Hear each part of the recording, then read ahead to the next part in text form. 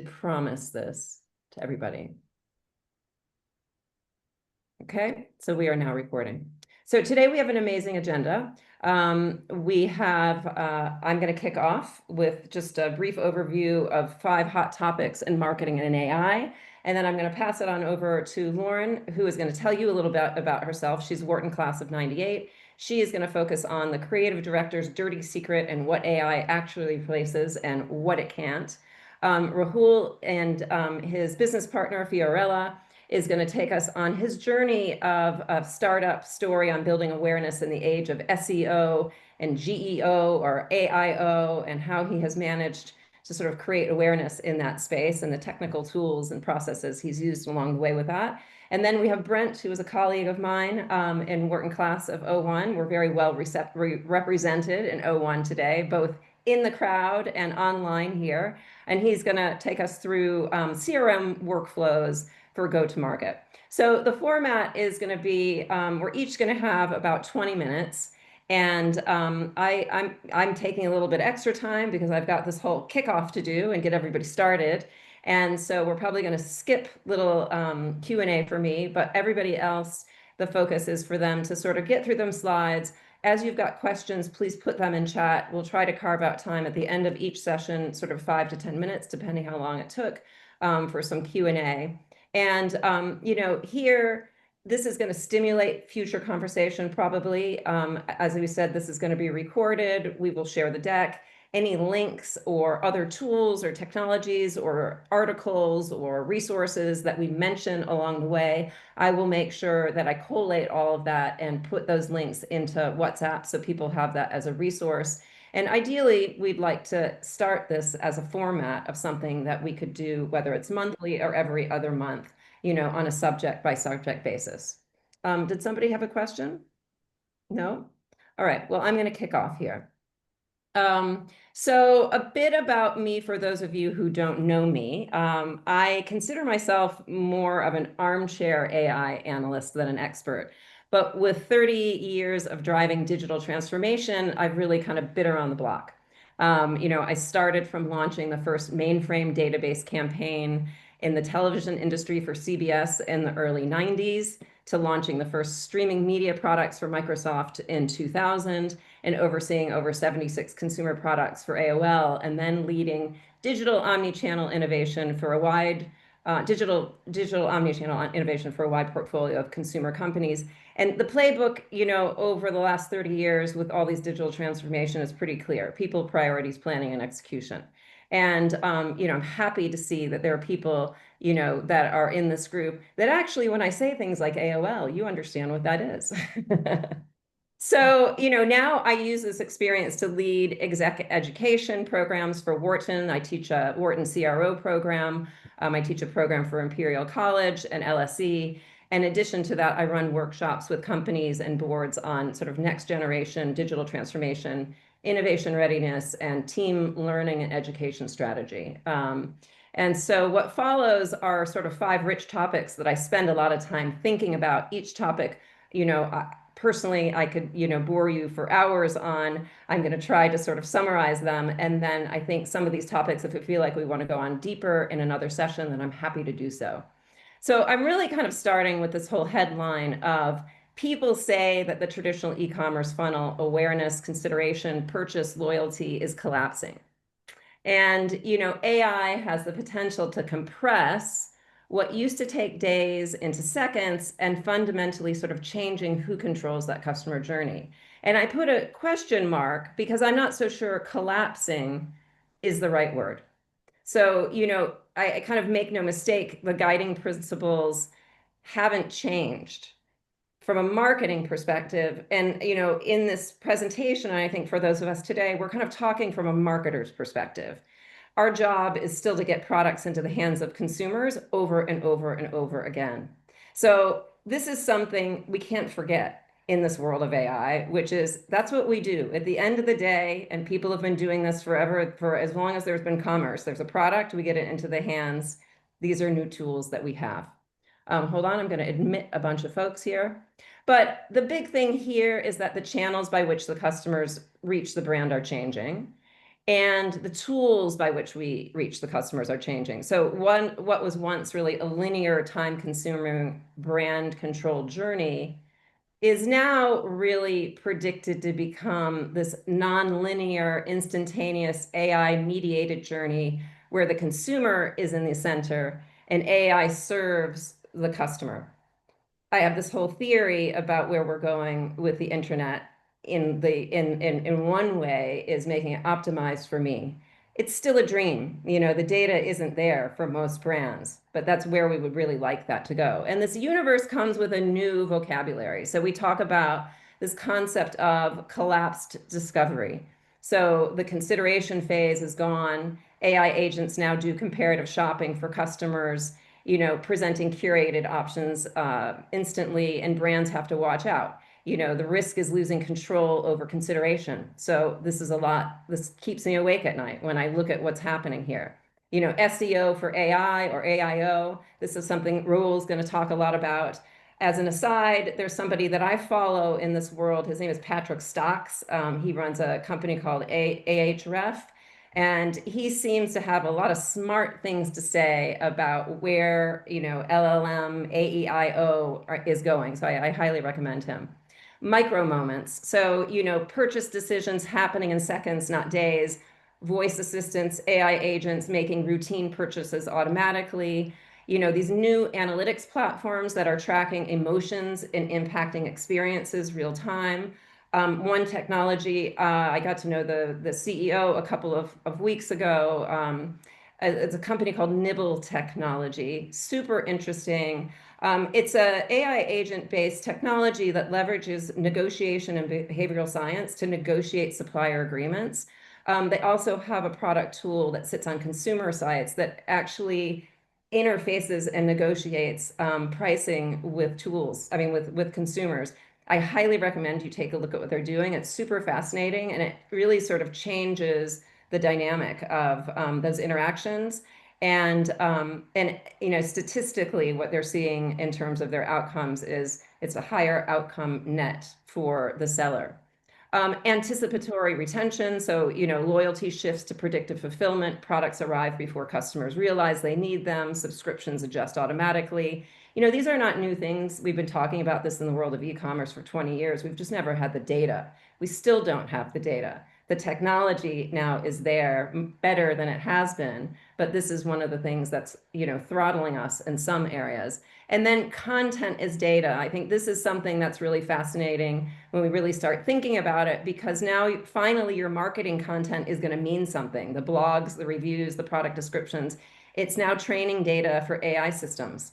So you're competing for favorable representation in AI recommendations and not just customer attention. This is going to be bad for the people who have spent 10 years building crappy content just to fill it with, words for SEO purposes, just for ranking on Google.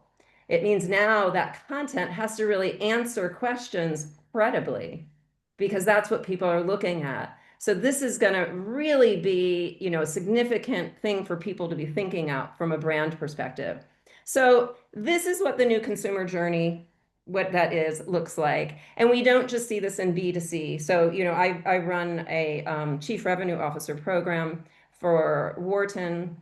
So I've worked with hundreds of CROs and SVPs, and we, do a lot of looking now on, what does prospecting technology look like? What does that awareness, what does that, a lot of these sort of agent and workflows, how are those fitting into that B2B system? So I'm happy to talk about this separately to other folks. I think the next thing here is that we're not only seeing change in the technology players who will be influencing the customer journey, the user experience is going to be transformed in ways we can't imagine. So, in 2000, no one really thought that we would take a phone out of our pocket and buy dinner, shoes, and a Gucci bag all in one go. Like, it seems like a no-brainer for us right now, but we didn't even imagine that. We were spending $2 million to create websites that were virtually brochures that were online. What we've done from here to there is transformational. To get a sense of where we think the UX UI is going to look like, all we have to do is see, what was launched by OpenAI with their instant checkout in September, allowing 700 million weekly chat GPT Shopify merchants and now Walmart directly within a conversation. No website visits, no comparison shopping, no traditional checkout. You ask ChatGPT, I need hiking boots under $150, and the AI curates, you know, those options. You say, buy these, and you confirm it with one tap, and you're done. The entire customer journey. So I just played it there. That was the customer journey. That was 30 seconds. This isn't theoretical. Etsy's stock jumped 16% on announcement day.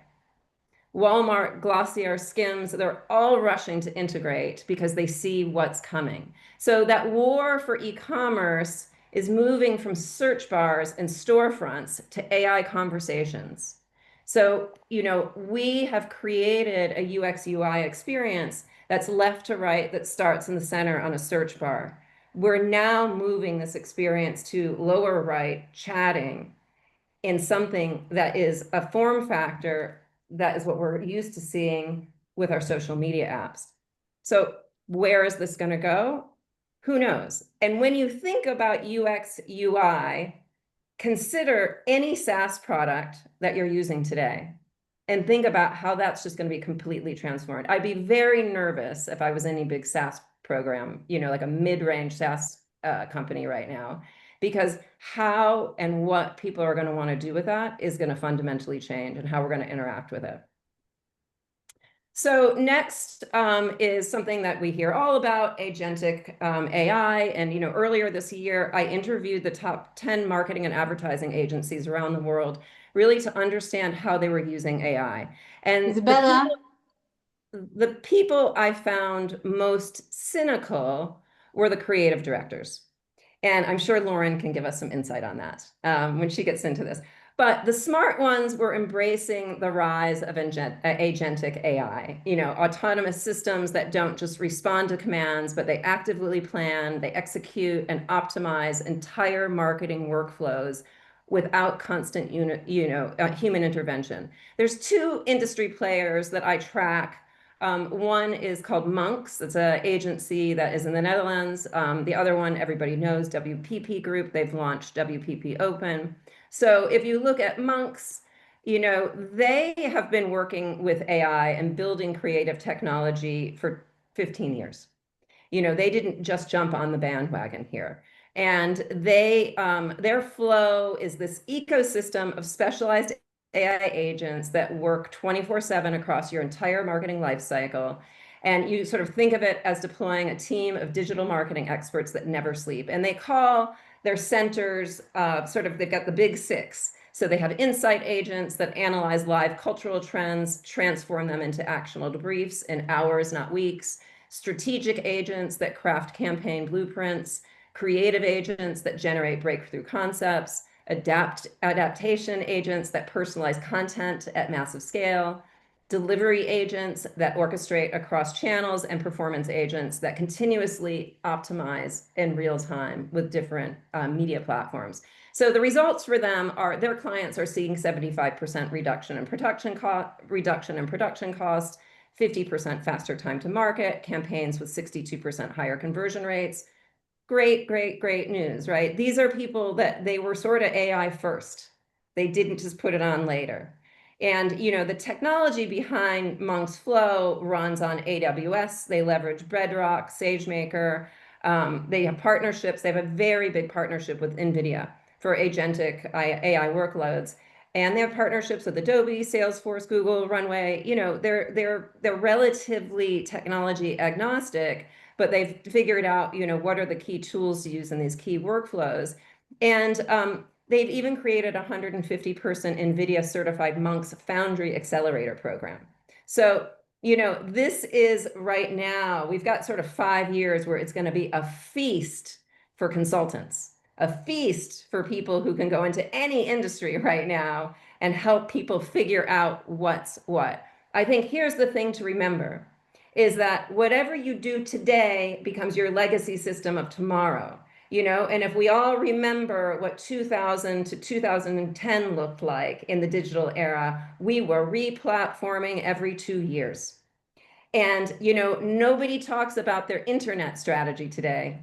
We're not going to be talking about our AI strategy in 2 years' time. Just remember, it's all about the business strategy.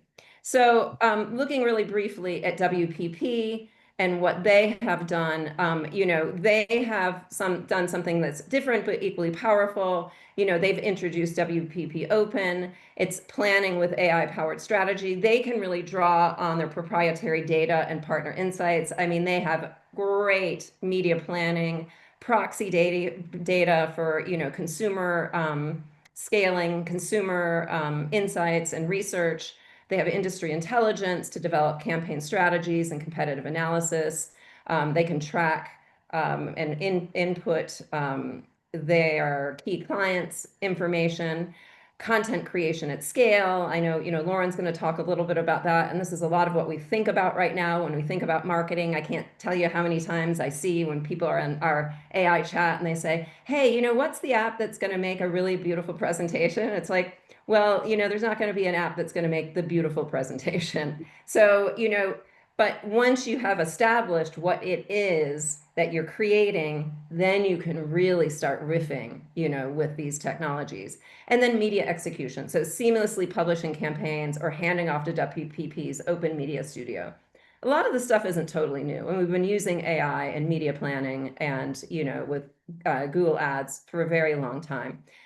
What's significant about WPP and why I'm a little, less bullish about it than I am with Monks is that, they basically had to do this, they've committed 400 million to Google Technologies. Google is massively doubling down on the creative community. I can't tell you how many Google events I've been invited to in the last year that are targeting marketing agencies, ad agencies, creative agencies. So it's not to say that that's the only platform that WPP uses. They also use OpenAI, GPT, Adobe Firefly. Nobody is going to beat Adobe. Like Canva is not going to put Adobe out of business. So you look at this, the end net for them was that teams spent, 30 to 60% of their time on administrative tasks, and agentic handles that, freeing marketers for what they were actually hired to do: strategy, creativity, and innovation. And that's sort of driving a lot of these workflows. And as we think about, and as I sit down and I talk to clients, the first thing is to look at, what are your objectives and what's the stuff you'd really like to, the junk work you'd like to get off the table. But more important is sort of the insights that one can be getting and the personalizations that one can be getting from some of these platforms. As an aside, one of our classmates, Prasad, I don't know if he's here today. He's built an amazing company, Agent Man AI, and that's a platform for easily building AI agents. So definitely check that out. So next here is, no one wants to be the chief marketing officer of a big brand and wake up to one of these headlines.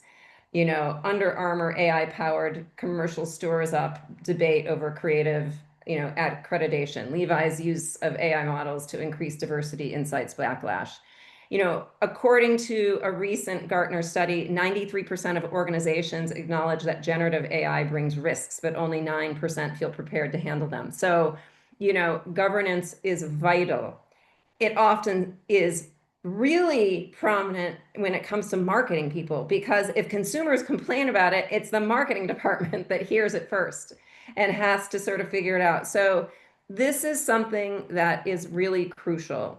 I hold out Dove as a brand that was a real innovator in showing us how to do AI governance right. I will add a link to this, but they have Dove's AI playbook. It's the Real Beauty Prompt Framework. They have created, step-by-step prompting guidelines, an inclusive prompting glossary. They've included best practices. They've established clear AI ethics principles. They've created a cross-functional governance council. They've implemented transparency requirements, so always disclosing when content is AI generated, maintaining clear attribution for source material, documenting decision-making processes, and then, building this human oversight into every single workflow. And then finally is developing risk assessment protocols.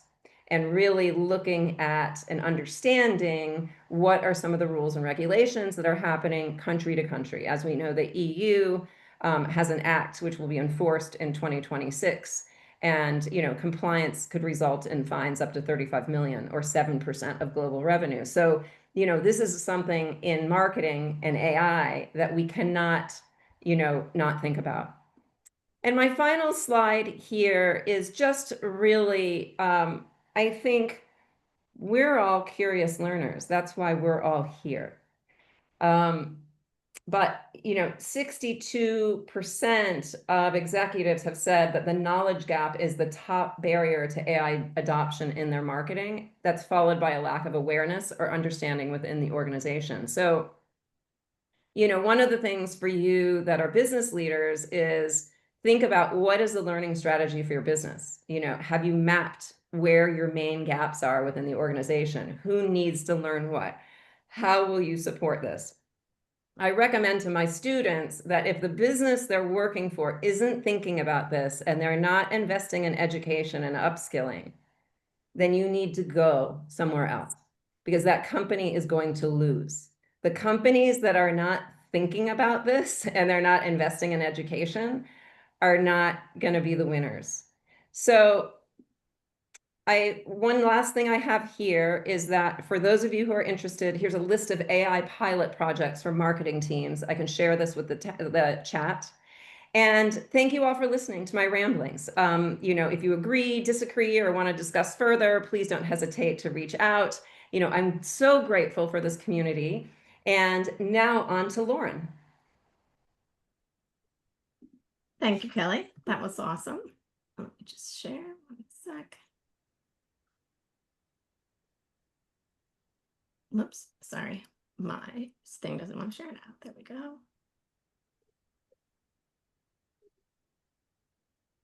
Okay. Thank you all for joining, and thanks, Kelly, again for arranging this. This is awesome to get so many more people together. And I apologize in advance. This is usually a 3-hour workshop that I do, so condensing it into 8 minutes was a little tough, but we'll try. So just a little bit about me. I'm an AI strategist and a mixologist.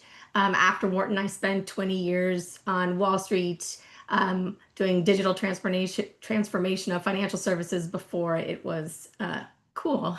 But then about 10 years ago, I switched careers. I went and got an MFA in design, and also using my astrophysics background, what I do now is I have my own creative consulting company where I help companies figure out how to use AI, what it means for their business, mostly also from the creative side. And I teach business, branding, AI, and innovation at Art Center College of Design and the School of Visual Arts. So when we think about the creative process, basically we can break it down into these 4 steps. You can almost break down any workflow into these 4 steps, right? It's research, concept ideation, design development, and execution. And these pretty much remain constant regardless of what campaign you're issuing, what product you're building. But what's changing now is that you can implement AI into any one of these workflows, and it can make you more productive. It can make you more creative. And when I talk to creators about using AI, it's not about replacing the human touch. It's really about speed and scale, because what used to take 24 hours can now take 20 minutes, especially in the ideation phase and the prototyping phase. So it can really help you speed, product efficiency, and scale. So like I said, we want to remember that AI delivers speed and scale, but human taste delivers the quality. If you don't get this balance right, you'll deliver a lot of crap, and you're seeing all the AI slop out there. And exactly what Kelly said, that the models are being trained on the slop. So we want to make sure that what we produce is actually authentic and speaks to our customers. So what AI can actually augment is you can take one creative brief and build it into 100 brand assets. But our job as marketers or strategists is really to give the model context so it remains on brand and we determine what actually ships. So as you've probably seen, AI is great at market intelligence, at desk research, it's good at first pass ideation, asset creation, and asset optimization. So now the bottleneck isn't production, it's all about quality and taste. So what AI can't replace is really that human authenticity, that human taste. So speed without standards is really spam. So you can't, AI is really not great at humor and narrative. It has difficulty valuing your business constraints tied to your business goals. It has a difficulty with brand ethics, awesome. So you really want to bring that human into the loop, because taste and voice and humor are really human things, right? It's EQ. It's more valuable than ever. So in the world of a lot of AI slop, authenticity and craft and humor are a lot more important. So what does all this look like in practice? You can turn one creative brief into a full content calendar and even get audience reactions using AI. And I thought I would show you how it actually works in this workflow. But again, this is really condensed, so apologize if it's a lot at once. So we would start with our market intelligence. This is me just using ChatGPT's project function. You can use any LLM with a project and create a project. I've created a fake dairy brand called Kindred Farms, and I'm doing a deep dive into the target audience, the market intelligence. And what I started with was adding in a brand overview of the brand, so your creative brief. Also added in custom instructions of how the LLM should act. And you can see what it's churning out here is, after churning out a bunch of market insights, it's churning out a persona document. So giving me ideal personas and telling me what channels they use and how they might interact with my content. So once you have all of that intelligence, you can use a program like the Weavy. This is called Weavy. There's a lot of them out there. A lot of creatives are using this now. It's a node-based flow. It's like what Kelly was talking about at the content agents. So this is me feeding in the brand name, the target audience, what colors I might want to use, the visual style and image reference. And then you'll see it generates a color palette for me. It generates a bunch of logo iterations. You can see they're not fabulous compared to human touch. Also some image reference using that kind of, this dairy brand was supposed to be a home delivery. So it's building into nostalgia. Then it's taking some composite images, adding in my type and my images to make maybe an Instagram card, the magazine ad. So it's doing compositing. Then what it will do is I'll start another workflow. You could add this on, but I added another workflow here where I'm taking some of the images that I created and I'll create lots of different content. Sorry, my video is a little slow. And this is from one image, creating images in lots of different sizes. So you could use it for Instagram, you can use it for Twitter, you can use it for YouTube. It's generating different stories about, or visual stories using the product. And then from that image reference, we'll change the aspect ratio, change the coloring, and we can add in more products, we can do some more compositing. And then finally, create video. So here's 6 mini 8 seconds videos from a really basic prompt. So they're, really pure prototypes, but you can see this is done really quickly, really easily. Here I'm only creating 6, but you can create as many as you want. You can also integrate this process into a Google Sheet. So whatever kind of program you like working with or your company likes working with. What we're also seeing are people like me and agencies are building one-off mini apps for creatives. So people that might not be comfortable, building in code, now you can create a mini app for a specific purpose.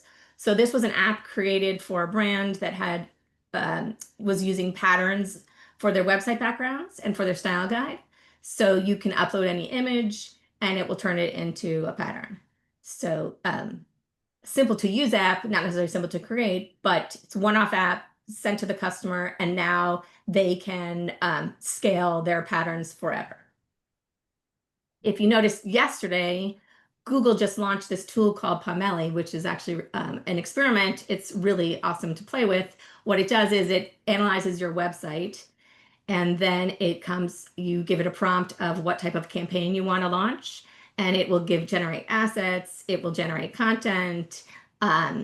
I did this for my website, and it was pretty on brand. It was very on brand. It was a little sloppy, but a great thought-provoking tool. So this is something I recommend playing with. So now once you have all of your tools, you have all of your campaign, all of your copy, your audience, you can actually test it with a synthetic audience.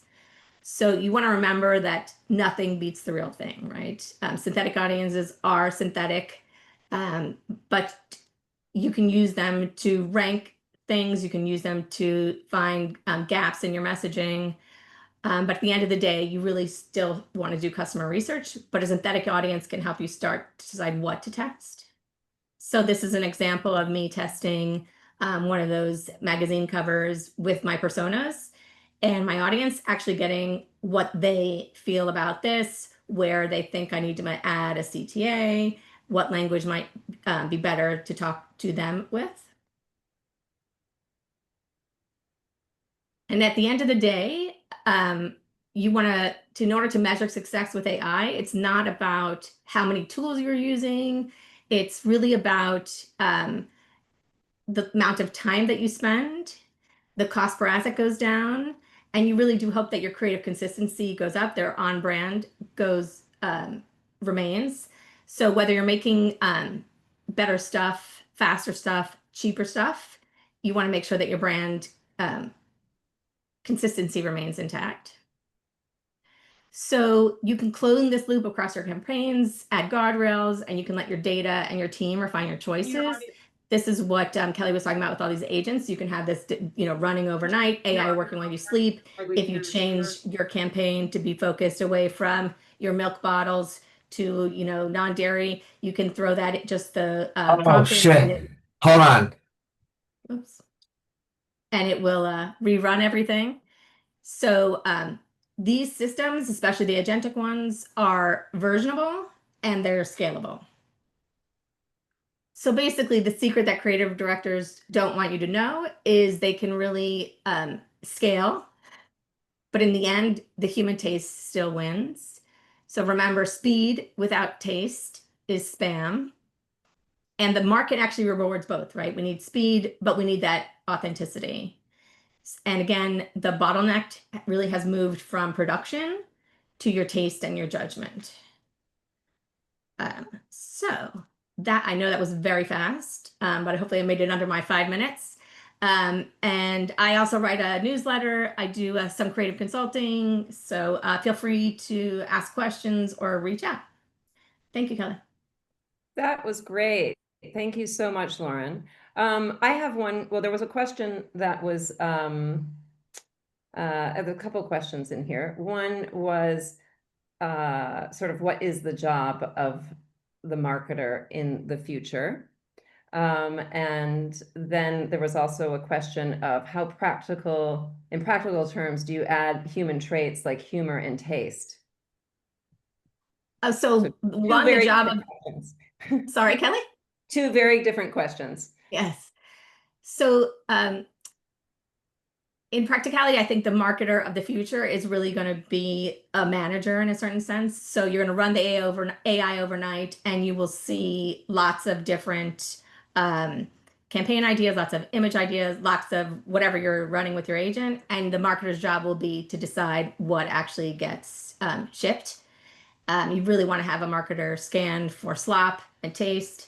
And it's also retraining the model to make sure that it has the updated information.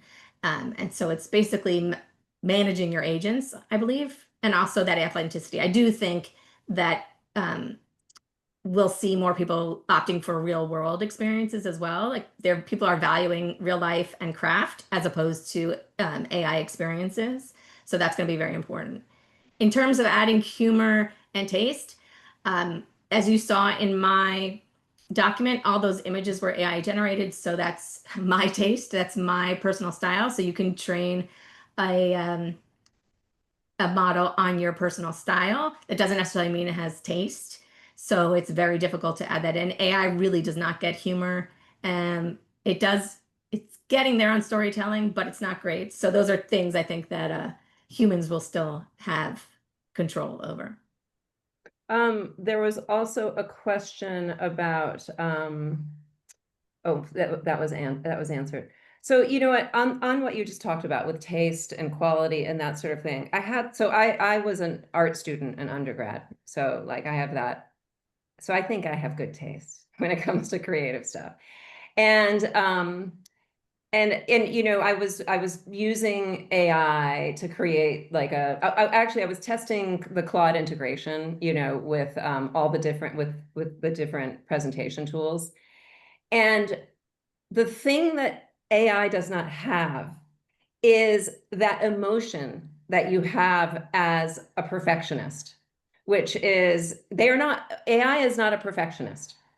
And that is something that cannot be replicated. And whatever is your particular skill set, you know, and also all of us at Wharton, we are perfectionists, right? Like we're the ones that, you know, an employee gives us something and we're immediately like, here's 10 things you could do better with that. You might be nicer at saying that to employee than I am. But, you know, the point is that that that sense of frustration doesn't sit within the technology. And so that was kind of an aha moment for me on that creative side. There was a question here about B2B versus B2C using AI. I don't know, Mark, if you want to explain what you're getting at with that. Just curious, I've done a lot of B2B side, which is a bit different in terms of where you position your brand and you're trying to look at market niches. So I was just wondering if your approach in using AI maybe is more agentic in this case and trying to find your niche and understanding that B2B segment. Are there different ways in which you might use different tools for in the AI field there or not? I mean, in this, I can just speak to the sales cycle, you know, not necessarily on the creative cycle, but, you know, on the sales cycle, there are a whole host of tools. And, you know, I mean, from marketing is marketing is marketing. Like you have to understand who your customer is and what your objective is and your outcome, and you need to understand how to reach them. Doesn't everybody is like, as far as I'm concerned, it's all consumer marketing because there's a person at the end of that is your customer making that buying decision. You know, I think what we're seeing in the short term is people really jamming AI into B2B things because they feel like it doesn't need to be creative, but it's all just mundane and looks the same. And it's not gonna break through. And we all are getting those AI generated emails from all these new SaaS businesses. And it's like, you know, that only is gonna last so long until there's something unique in that is actually speaking to me. So I don't know, Lauren, if you have a view on that. I think it's really all about asking the AI the right questions, right? It's if you're finding a niche, whether it's B2B or B2C, it's making sure that you're doing the research in the correct ways, or how would I say it? But right, you can guide the research platforms by giving them a lot of context and finding out exactly where there's market opportunity. So you can do all that research with AI. It's just all about really asking the right questions.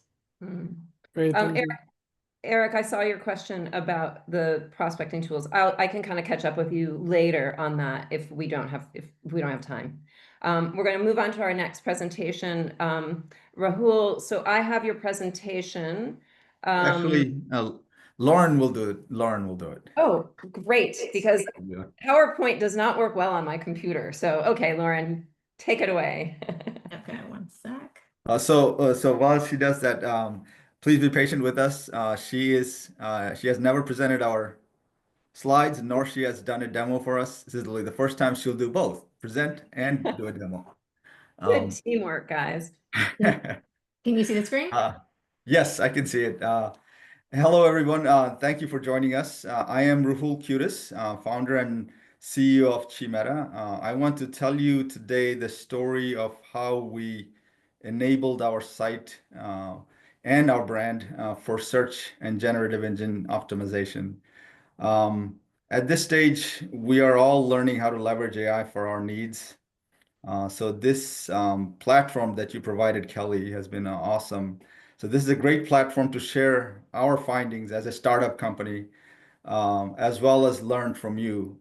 So please feel free to ask questions about anything, and we'll answer that at the end of the presentation. A bit about myself. I am a Wharton alum from 2001. I founded Chimera. That's the name. That's how you pronounce it, Chimera. In 2020, so before OpenAI came to public's attention, and before that, I was running a CRM company. I have one of the summer intern that I worked with, Fiorella. Let her introduce herself as well. Oh, hello, everyone. It is a pleasure to be here. My name is Fiorella Vitulich, and I'm a senior marketing fellow at Chimera, and I'm currently a third-year student at ESADE Business School in Barcelona, studying business administration with a minor in data analytics. Thank you for joining us. Yeah, thank you. Next slide. What is Chimera? Yeah. So go today's ahead. presentation covers three main parts. First, we'll introduce Chimera. Second, we'll show how we leverage SEO and GEO as a startup. And finally, we'll talk through our execution strategy. Perfect. So what is Chimera? Chimera is an educational tool to help readers understand better. It helps fundamentally tackle the literacy challenge. And I'll tell you exactly what I mean by that. Lauren, can you go to the demo? Oh, yes, one sec. So Lauren will show you an article on ocean acidification as a demo. Okay. Assume that you are a student who's not familiar with this topic. And if you are trying to understand this, what ocean acidification is, and you start reading ocean acidification, sometimes called climate change is equally evil twin. And if you don't understand the word acidification, you'll get a little frustrated with that first sentence. You move on to the second sentence, you get a little bit more frustrated. By third sentence, you might lose the reader. So what we do, what Chimera does is that take any content, it's a PDF, Word doc, PowerPoint, even eBooks, and highlights the difficult terms, key concepts, key facts from the perspective of the reader. Meaning, is it a seventh grader? Is it a high school student? Is it a college student? Is it a PhD student? So if this student was reading ocean acidification, so Lauren, can you click on the word ocean acidification? And they didn't understand it. They want to know what it is. You can just read it there, ocean water becoming more acidic. So they understood the word and they moved on to understand the sentence. If they understood, so what fundamentally what we're doing here is helping the student understand the sentence, but also stay focused on the article. Okay. So if they understood the first sentence, the second sentence, third sentence, and so what they're doing at this point is that they are building a picture of the story they're reading. And whenever you build a picture of the story you're reading, what do you have? You have gaps, you have questions. So for example, Lauren, if you go to that third or fourth sentence where it says industrial era, and click on it, and they might say, what is industrial era? It's a simple term, but it has a lot of context behind it. It's a transition to manufacturing process that began in 1760. The student might click saying, wow, ocean acidification has been going on for over 200 years. At that point, they may ask questions. Now, they can use the Ask Chimera button there below to ask a question to the chat box, meaning engage the chat box directly from the context of the sentence. What does that mean? Meaning you don't have to be a prompt engineer to engage with the chat box. You can be, it can be a student engaging just like a student would engage with a teacher. So in essence, what we're doing is fundamentally helping the students stay focused, helping them understand the original content, the way it was meant to be understood by the author, and then helping the student answer questions for deeper learning. So that's the essence of it. Can we come back to the slides, Lauren?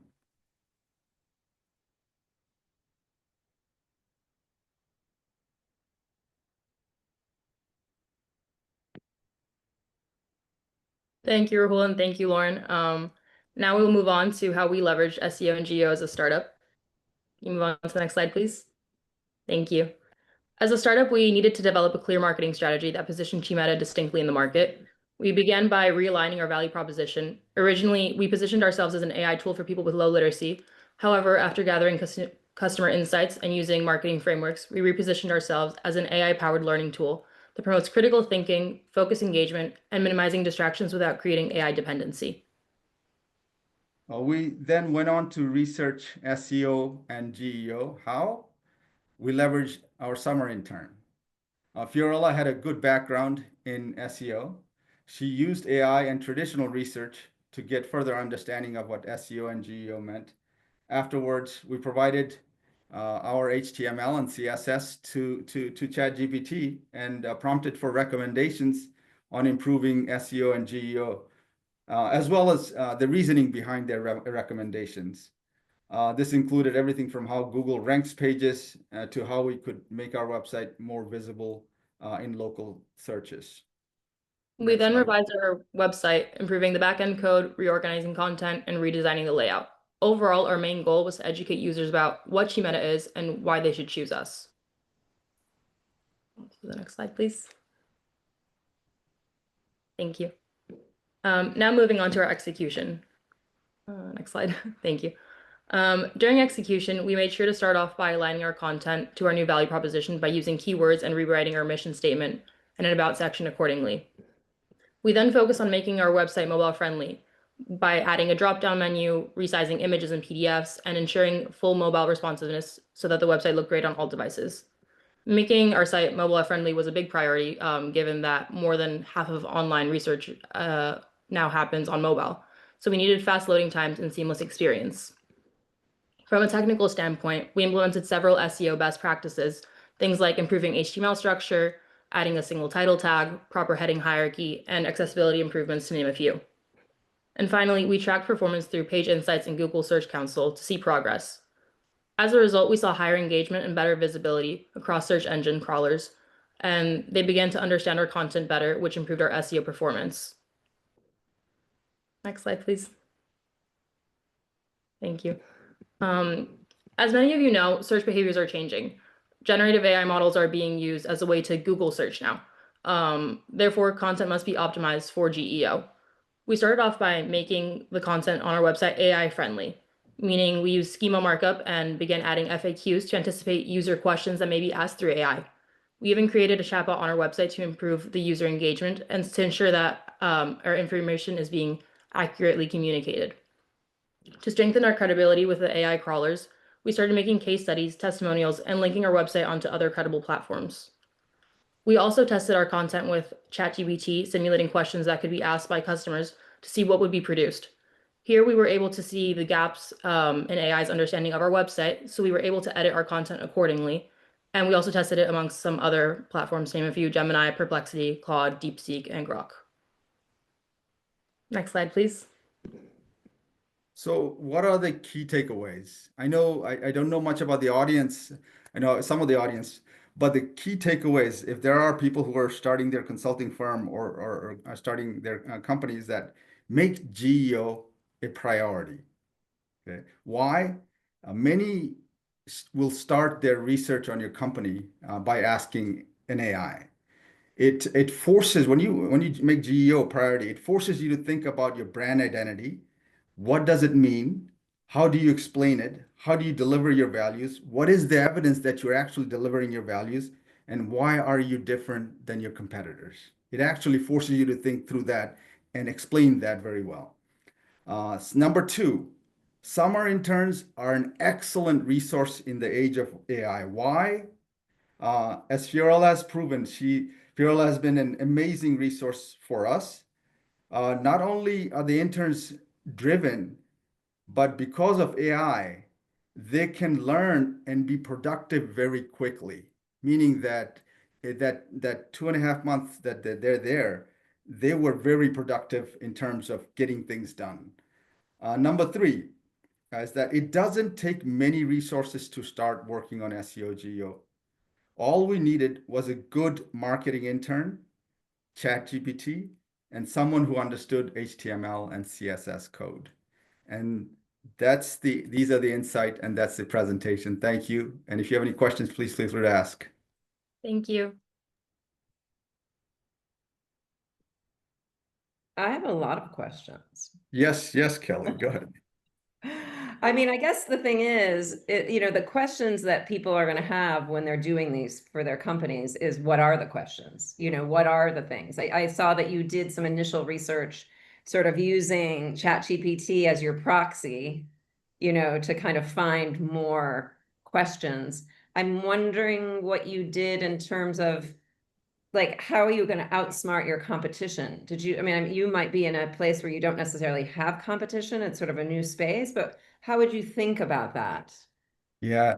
The key thing that I realize is that the idea of what is your value proposition, what is your brand identity, all of that basic marketing is absolutely essential here. Absolutely essential. So you do that first.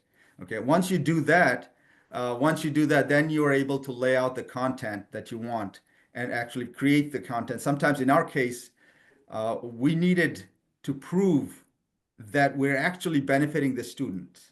We actually worked with some researchers at a hospital at a nursing school. We're actually working with the nursing school to track nursing school's performance and see how much of an impact it is having on the students. And there are some interesting findings. I can share that with you briefly here. The finding is that the actual difference in performance is still questionable. Okay. But what is improving is the satisfaction of the student, the time used to learn content is reduced, but also the dropout rates from a particular course is also being improved as well too. So those are the things. But ultimately, to answer your questions, you have to have your core understanding of your value proposition, your brand identity, and how to communicate that and how to prove that piece. And that's what we're focusing. We're not entirely focused on the competitive side yet because we're still focusing on how to establish ourselves and prove ourselves in the local space. So most of our customers are in New Jersey right now. We're based out of Princeton, New Jersey. So most of the customers are in Princeton, New Jersey. And we do have a pretty distinct value proposition, unique value proposition. And we have not seen any competitor come into that space yet, but there will be some. Yeah. Well, I guess, so the other question that I have is, have you seen any, do you see any difference between LLMs in terms of what they're searching for? Yeah, I could answer that. The LLMs, as I said before, focus a lot on the AI-friendly answer. So when you ask a question to ChatGPT, they usually take the same structured answer and providing you content more than what you've asked for. So you need to assume that when someone searches for you, there's going to be a lot more information given than what they're asking for. So in that sense, you have to anticipate what the AI is going to produce on your website. So giving frequently asked questions already provided on the website so the AI can just extract directly from your website rather than hallucinating an answer.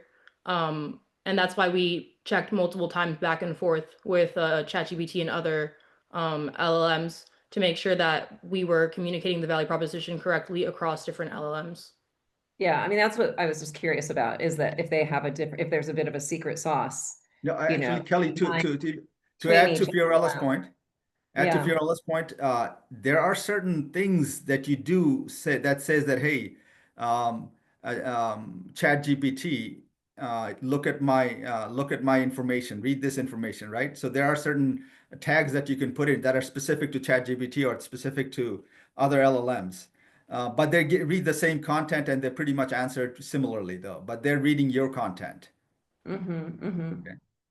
Got it. Okay. And then from a technology perspective, the tagging, I mean, how you lay this out on like metadata and that Yep, it's yep, sort of, it reads it all the same.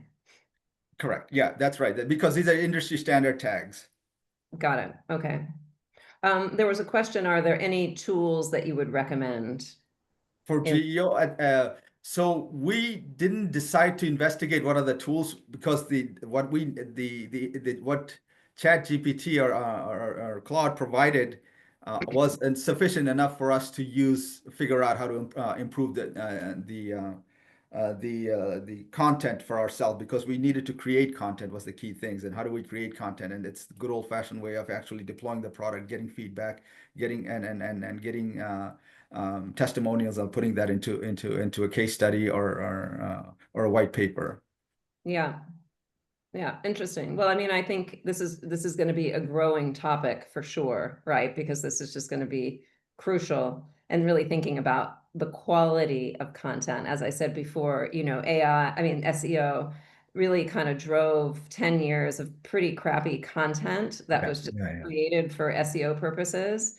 Just as long as they had the keywords, actually the quality didn't really matter. So it's going to be interesting to see where there might be partnerships between brands and credible content resources in a more robust way. I don't know, but Yeah. I think probably for the last 5 years, I sort of poo-pooed brands that were spending so much money on content because it just was such a waste of time. Yeah. And because nobody was reading it. So it is Yeah. going to make us think about, and also what is going to be identified as content, because content right now our interaction with LLMs is very text-based. It's wholly text-based. Right. Right. No, I agree. Yeah.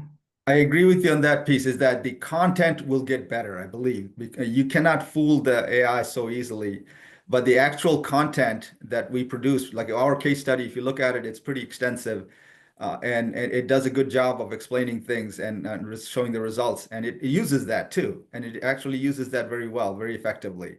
So Yeah. quality of it, this will actually, AI will drive better quality of content, in my opinion.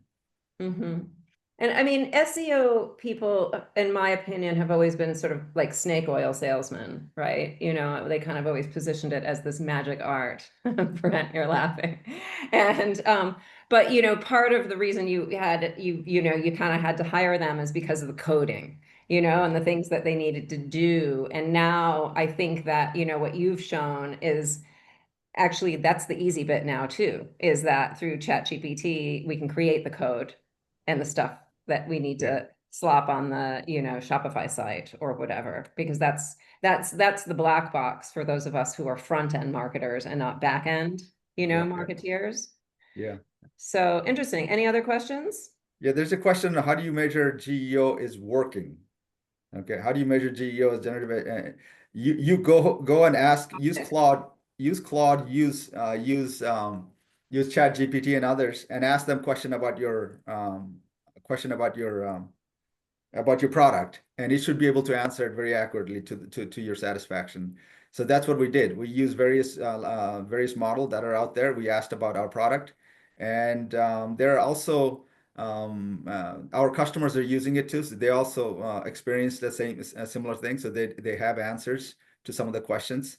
So our focus was more for this project. For this project, our focus was more on explaining what we do very well and effectively to individuals who we are trying to sell to at the moment, meaning that we're going out there pitching them to conference, but they are coming back to say, hey, what are you guys about? What do you do? So we wanted that to be clearly answered on our website or on ChatGPT or on the chatbot on our website. So that's what we focused on primarily. We're not doing outbound.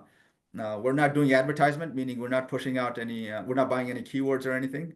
So we're just here to make sure that people get their answers. Super. Well, I think that's great. At the e-commerce expo in London a couple of weeks ago, there were a group of us. We were having a heated discussion about this. And we thought there's a really big opportunity to pick some niche products and just start new brands and doubling down on the GEO for those, because brands aren't doing that now yet. And if you just started from scratch, like, could you just have this brand that emerges from nowhere? Who knows? Okay, so Brent, you are up. I'm going to share screen. I'm driving for Brent, so I will do my best. By the way, Here. thank you, Lauren, for presenting and never having to this is the first time you're learning about Chimera. Thank you, Lauren. Yes, and Fiorella, great job. Thank you so much for joining us today. Thank you for having me. Okay. Hi, everyone. Nice to meet you. Good to see the other WGO1 folks in the house. And excited to talk with you today about a project I'm working on today, an example of a project that I'm currently working on. So as a bit of background, I am building an independent executive practice as a company growth consultant. And a lot of those projects end up being revenue growth projects, which is the project that I'm going to talk about today. I primarily work with business-to-business SaaS companies and also social enterprise companies. And this customer, Exponent Partners, I'm about to tell you with, is actually a combination of both, because they are they're building a SaaS company that serves nonprofits. I spent about the past 7 years in the Salesforce app exchange ecosystem, working with different types of CRM applications. And so the product that we'll get into is a CRM product. And today, the case study is primarily a CRM usage of AI, but I think it's a good example for kind of just sales prospecting generally. And I think one of the things, tapping into what Lauren was saying earlier, is the way that we're using AI to help in this particular case is I'm in the process of building out about 5 different audiences for prospecting based on kind of different attributes.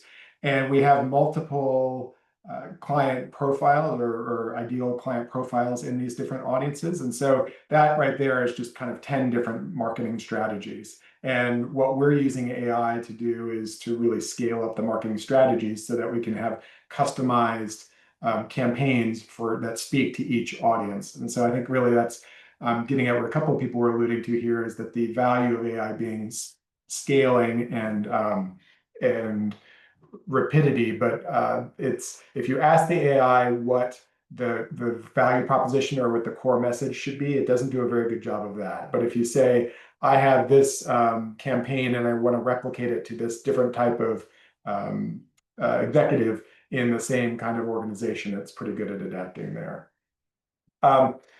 So I've been building up these campaigns for Exponent. Exponent is a solution provider for nonprofits. Primarily, they implement Salesforce for nonprofits that want to use it for casework. They work with a lot of mid to large sized human services nonprofits. So those human services nonprofits are working in homelessness or rehousing type interventions, or they are doing workforce development and training type interventions. Really, any kind of human services interaction where you have an ongoing relationship with the person that you're helping, and you need to track those interactions and the process of the person going through a change process that will hopefully lead to better outcomes for them. So in the process of working with hundreds of nonprofits, they built software, which is Exponent Case Management. And it's basically a plugin for Salesforce. They have about 100 customers and about 10,000 users. And the goal is to try and expand it. All right, Kelly, next slide here. Great. So one of the audiences that I'm working on is our homelessness nonprofits. And one of the interesting things here is that if an organization is getting funding from the federal government or from many state agencies, there is a requirement that they have to comply with some data standards and reporting standards called the Homeless Management Information System, or HIMS users. And one of the tricky things is that not all nonprofits working with homelessness or in rehousing. Not all of them receive federal governments, though not all of them are subject to these standards. And also some nonprofits that classify in other general areas, perhaps a general like human services area, they may be working with this population and they may have these requirements. So it's not clear from just looking at any given nonprofit as to whether or not they are a target for this particular module. And there's also, while there's some good data sources about nonprofits generally, there's no single data source that tells you whether a given nonprofit falls into this group or not. So this was the context, and I started experimenting with Gemini, which is the Google alternative ChatGPT. I could use either one of them. I was kind of curious to see what Gemini was like, but I think this would work equally well in ChatGPT. The tool that I built relies a lot on web searches. So I actually think that my hunch was that the Google solution might be better. But in early testing, the ChatGPT results also seem to be good. All right, next slide there, Kelly. So basically, what I did was I started with a exchange with Gemini to walk through the process of what the signals would be, externally detectable signals would be, and basically do a thought exercise with the tool before I created the instructions to do it. So basically, I started by asking Gemini. I uploaded some information into it from our data reports we had, also our product information, and we started working with Gemini around what are publicly available signals that Gemini could detect from web searches and other resources as to whether or not an organization might be an HMIS user. And then, so after we kind of went down some of those different categories, the next step was I asked Gemini, what are the inputs you would need about an organization to do the searches that you needed to do? So like some of this ended up being a little bit counterintuitive. So for example, one source we looked at initially was the LinkedIn profile for the organization, because it wanted to use the LinkedIn profile to search for job listings that might reference HMIS standards in them. So, some of the resulting primary information is pretty straightforward, but there were a number of other different signals that we could have looked at as well. And I have done for some other tools. This is one of about 5 different qualification tools that I'm working on to try and identify the various audiences. The next step I did is I working in the same chat. I tested the chat with the signals on it, and once was happy with the report it was producing, then I created a custom Gemini gem, and I'm gonna run that for you guys here in a minute. But basically, I think the key things that I wanted from the output was the top level analysis, sure, of like whether or not they're an HMIS user, and this is the sample on the right, but I also wanted it to explain its rationale for why it reached a conclusion in its confidence scores as to whether or not it was. So basically, I've excerpted it because these reports that it produces are much longer, but it does a pretty comprehensive summary of the signals it's looked at and whether or not those are what those return. So I think at this point, what I was going to do is show you guys the tool here. So Kelly, can I share my screen? Great. Okay. So this is my Gemini gem. I've mostly worked with ChatGPT, but Gemini gems seem to be largely the same, basically. Some differences to them, but they work largely the same. And so I'm going to ask it to score a new organization. And basically the inputs that it's going to ask me for: name, location, website URL, and employee information number. Like, we experimented with many more than this, but this was a relatively small, easy set that we had, and it was easier than going and finding LinkedIn pages and other things like that, and it didn't add much value. So we reduced it to this. The sorry, let me cut and paste. So the organization, real world organization that we're going to evaluate today is keys for change. I picked this mostly because while when you go to their website, it's pretty clear that they're likely to be an HMS user. It's not clear from their name necessarily that they would be. So that's the reason I picked them. And I think here, let's see. So one of the nice things about Gemini is that it explains to you what it's searching and what websites it's looking at as it goes along. It's pretty long here, but one of the nice things about it is that you can sort of see what it ends up looking at. And so here it's produced a qualification report. It says, sure enough, conclusive evidence that Keys to Change is an active HMIS user. Their website provides direct proof in the form of a dedicated privacy notice. So that's like something that I could have looked at, but might not have thought to do so in the privacy notice. It also looks in the local Maricopa Regional Continuum of Care. So for this particular type of nonprofit, they have to register with a local coordinating agency that's on a totally different site. So it's used the address that I've provided it with to figure out what the local continuum of care would be for that organization and search that website in addition to looking at the website of the organization itself. Yeah, so it's a variety of sources, both from the website and other things, and then it kind of returns the final qualification. It's a very high confidence that they're likely to be users, and then it explains its the rationale.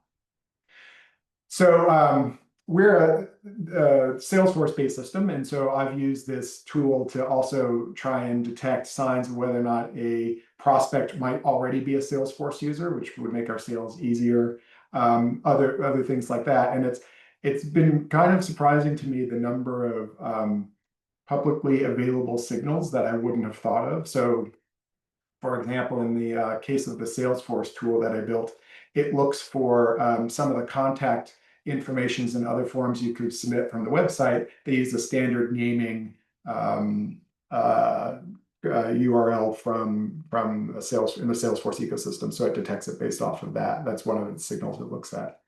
So to me, some of this was the benefit of automating stuff that I could have done myself. It just would have taken a while, but then it also was looking at a wider variety of signals than I would have thought to do on myself. And as you saw, it ran in, I don't know, what, 5 seconds or 10 seconds. That would have been like, several minutes of research to do. And so now the goal is, as we build out those 5 different audiences, a couple of different executive ICPs in each of those audiences, of building out various qualification tools to help filter what goes into our prospecting list so that we're getting the best possible leads. So that's the full thing. A little bit more real world application. You had one more slide here. Did you want to show that? Did I? I think so. Yeah. So I have there was a question. Have you tried running the prompt in an agentic browser? I've not tried an agentic browser yet. That's something I've listened to several podcasts on them, but I haven't used them yet. The full prompt was quite long, so I just kind of selected some portions of it here. I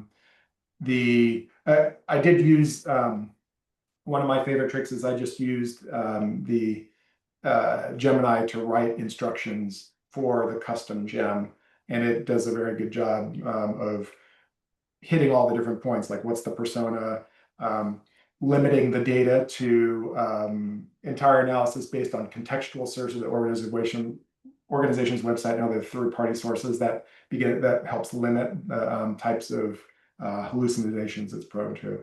So I don't know, Kelly, have you used agentic browsers, and like how would that I have not.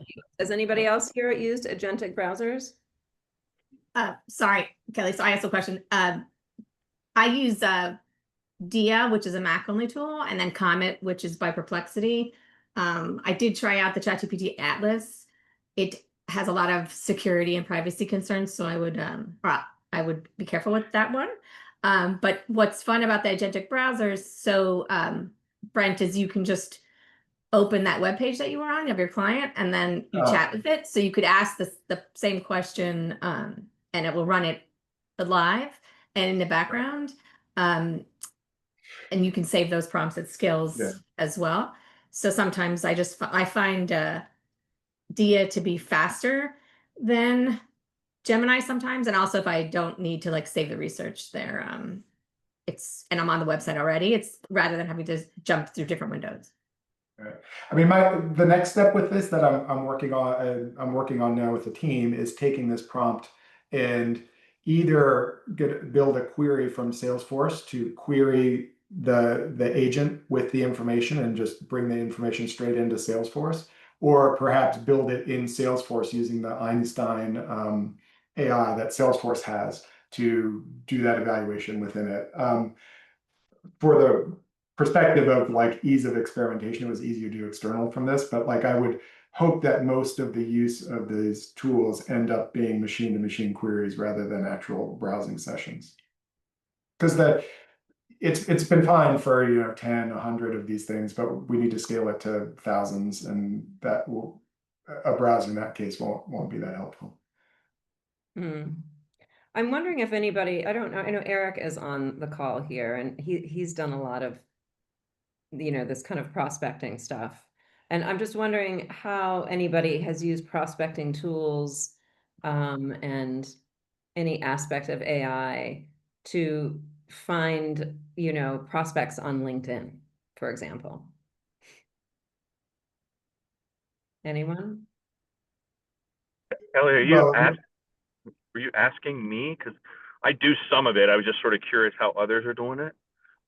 You threw my name in there, so I wasn't sure. Oh, yeah. I'm sorry. I was pointing you out because I was just saying I knew that we had a conversation about this at some point, and I was wondering if others had. I know that, I mean, I've seen success with seamless AI, but I don't know. What were you going to say, Eric? Sorry, I didn't mean to put you on the spot. No, it's okay. I was just like I'm going to expand the question in that way that I always do, and that is a lot of what I've been doing. I'm sorry, I'm trying to collect my thoughts to make this as succinct as possible. One of the limitations I'm finding when I do anything with what people are calling AI, so generative LLMs and things like this, is the lack of integration to actually be able to do things in systems. So you can go in and have it look at the web or something, but if you needed to go in and look at Blackbaud or actually go into LinkedIn or something else, it can't. So what I've been doing, and we've been taking full SOPs as well, not just prospecting, for finance, for instance, is going in and building entire end-to-end workflows using a combination of generative LLM for judgment calls, RPA, a couple of other technologies. And what we do is we tie them all together to do stuff. So since we've spoken, I've expanded our prospecting. That's why I was sort of just wondering if anyone's found any good tools to actually go in and do screen scrapes. Like LinkedIn prevents you from doing that. So are there ways around that? And some of these other tools just to find people. So that's sort of where I'm at. I don't have a solution. What I've been doing is taking a bunch of different things and putting them together to sort of give me, and I was sort of hoping somebody had some solutions where somebody's come up with some easier stuff. That's all. Well, I do know that Seamless connects to LinkedIn through its Chrome extension. Okay, I'll take a look at it then. It'll overlay contact info. I mean, I know that seems to be one of the tools that seems to work the best in that, from what I've heard. So Thank you so much, Brent. This is, I mean, first of all, thank you to everybody who presented, because you all did it on time. And that was the thing I was stressed about, and so that was really, really great. Does anybody, I mean, we've got 5 minutes left. I feel like at the peak, we had sort of 48 people on the call. I know people sort of have other things to do, but I don't know if we want to open up the forum for anybody who has any questions or comments on anything that we discussed this afternoon. I'll jump in on that last question just for a minute. I used ChatGPT Operator, the version of it with computer use, for a while to prospect, and started off, my experiment was just to follow people that I thought would be good prospects. Yeah. So that worked okay. It wasn't great, but that's one idea to get access to LinkedIn, is to use one of the computer use solutions like Operator, or maybe the browser tools will allow you to do the same thing. Interesting. Kelly, I did build, Sorry, I did build a tool similar to what you're saying, basically to try and find other contacts at organizations, and it takes as an input the organization's website, and then it also takes the LinkedIn profile for that organization, and then it makes some guesses about who would be good contacts, and it guesses at their email address as well. I think that the next thing that I'm trying to think about is really more like buying signals. Like, are there publicly detectable buying signals that we can use to qualify the prospects of which ones to go after or not? And that's one area where I think whether or not there are going to be signals will be much less clear. And so it'll be interesting to see if we can find anything that that provides much signal there. Well, that's where, this is Eric again. This is where I was sort of looking for, because what I do is I buy lists and I buy data, so Experian, Bloomberg's pages, different things like that, and then tie them together as we do them. And it's interesting to me because there's so many different data sources, and you actually a lot of times end up buying the same stuff. It's really interesting. They all sell the same data to us over and over again. So, well, I would guess that whole data list market is going to become a different opportunity, in the next couple of years, and how we're, monetizing data. And as these sort of data sets are the things that are going to start creating points of differentiation for LLMs and just different built experiences.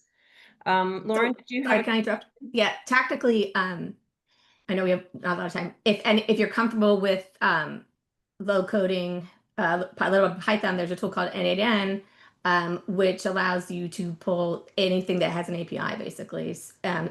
So you can pull from, I know a lot of people pull from Twitter and pull from Reddit to get those leads, and then you pull in an agent to analyze it for you. You can also create MCPs that will pull in directly from anything that has an API as well. So those are a lot of tools that I'm seeing people scrape pretty easily. You just have to, it's a node-based tool. You just have to be comfortable kind of building it. And there are some no-code versions of it as well. Well, thank you, Lauren. And, we're now getting to the end of the session. Thanks, everybody, for your questions and for your involvement. I mean, I think we've covered a very broad universe here, from, sort of big topics of, agentic AI and workflow systems that are happening in marketing, to changing of the consumer funnel, looking at GEO, the whole creative sort of process, and prospecting with a variety of different tools. So thanks everybody for contributing. I will share the video and then a summary of what were some of the key takeaways. And please reach out and let any of us know if this is something that you'd like to do again, if you have any feedback on how we can improve it. But thanks again, everybody, and have a great night, great afternoon, great morning. Thank you, Kelly. Thanks, Kelly. Everyone. Thank Bye. you, guys. Thank you.